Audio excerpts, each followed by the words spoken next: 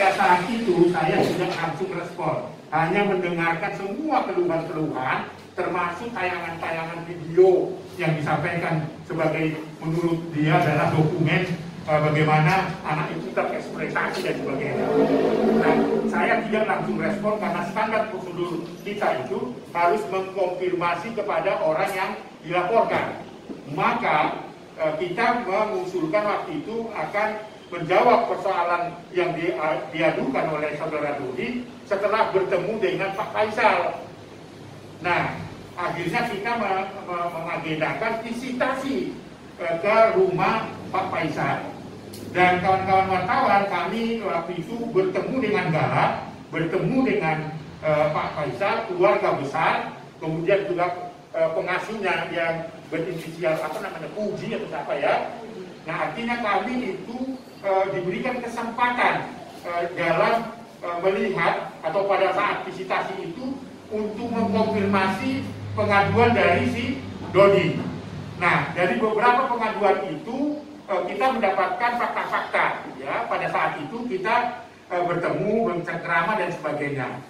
Nah, kemudian di saat kami visitasi, berinteraksi dengan cucu dari Pak Faisal dan Pak Dodi dan keluarga besarnya, kami menyimpulkan pertama sekali adalah bahwa Gala itu kita rekomendasikan biarkanlah dia berada dalam situasi yang menyenangkan, ya, tidak menimbulkan ke Faisal, ke Dodi dan sebagainya, tapi biarkanlah anak itu bertumbuh dan berkembang sesuai dengan keinginannya, rasa nyaman dan sebagainya. Karena memang kami tidak menemukan pada bukti-bukti misalnya dimungkinkan untuk misalnya Pak Faisal dicabut perwaliannya misalnya seperti itu. Tapi kan itu masih dalam proses hukum. Mereka melakukan itu oke. Nah, pada kesempatan itu kawan-kawan, saya atau atas nama Dewan Komisioner Komnas Perlindungan Anak diminta sebagai mediator, ya, baik itu sebagai saksi ahli nanti kalau misalnya dipanggil oleh pengadilan. Saya bilang iya. Nah, keluarga Faisal juga mempercayakan supaya ada mediasi dan oke. Nah, dalam kerangka itu kan harus dikondisikan apa kemauan dari Pak Faisal kepada Pak Dodi. Hari inilah kita panggil untuk mencari formulasi kira-kira pikirannya Pak Dodi itu mengenai semua laporan-laporan yang ada itu bagaimana formulasinya untuk duduk bersama. Pak Faisal sudah sangat terbuka dan meminta kita, dan Pak Faisal sendiri sudah tidak minta lagi pada mediator-mediator lain, sudah menunjuk Komnas Perlindungan Anak. Karena tanggung jawab itulah kawan-kawan, saya panggil Dodi untuk hadir menyampaikan apa kira-kira formulasi sebelum kita pertemukan dengan Pak Faisal.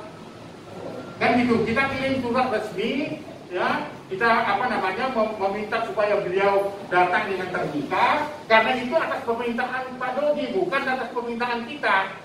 Tentu atas permintaan Pak Faisal untuk menjadi mediator, alangkah eloknya kan kita harus ketemu dengan Pak Dodi.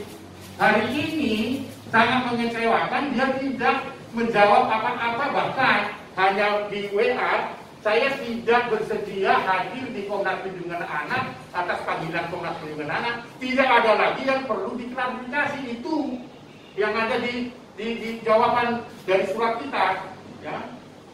Jadi kita resmi membuat surat hari ini untuk hadir, untuk memberikan kesempatan kepada Pak Dodi untuk menyampaikan formulasi apa sih sebenarnya yang ada dalam pikirannya dalam mediasi nanti. Nah, itu kan kesempatan saya berikan kepada Pak Dodi, tapi dia menolak. Di WA itu mengatakan tidak bersedia datang ke Komnas Perlindungan Anak, dan dia katakan apalagi yang perlu diklarifikasi, apalagi yang mau disusun formulasi untuk mediasi itu. Karena dia tanda petik kecewa kepada kita pada saat saya visitasi ke rumah Pak Faisal, kok saya nggak menunjukkan itu video-video itu loh, yang ada kata dodot lah, kata apalah dan sebagainya gitu kan, ada kata anjing lah dan sebagainya gitu. Kenapa itu nggak disampaikan ke wartawan? Saya bilang kepada Pak Dodi, semua informasi itu tidak bisa diumumkan kepada publik. Karena kasihan si Galanya. Oleh karena itu, datanglah konfirmasi ke tempat kita, dokumen silakan sampaikan kepada kita. Itulah yang sebenarnya pertemuan hari ini, kawan-kawan. Jadi mohon maaf karena beliau yang menolak untuk menyelesaikan masalah ini. Dia bilang tidak ada lagi masalah. Ya. Saya kira kesombongan dari Pak Dodi, padahal kita berpikir baik, nggak punya kepentingan apa-apa. Gitu, kawan-kawan.